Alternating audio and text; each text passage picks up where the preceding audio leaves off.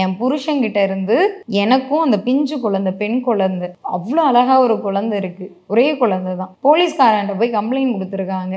எனக்கும் என் குழந்தைக்கும் என் வீட்டுக்காரர்கிட்ட இருந்து பாதுகாப்பு இல்ல. எங்களுக்கு பாதுகாப்பு குடுங்க.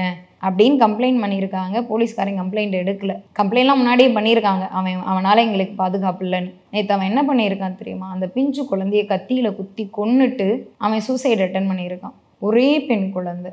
மிஞ்சி மிஞ்சி போனா அதுக்கு ஒரு 4 வயசு தான், 5 வயசு கூட இருக்காதுன்னு நினைக்கிறேன். இப்போ கொன்னதுக்கு அப்புறம் காவல்துறை வந்து அவனை அரெஸ்ட் பண்ணி கொலை வழக்கு. அவனும் சூசைட் அட்டெண்ட் பண்ணியிருக்கான். இப்போ நல்லா ஆயிட்டான்.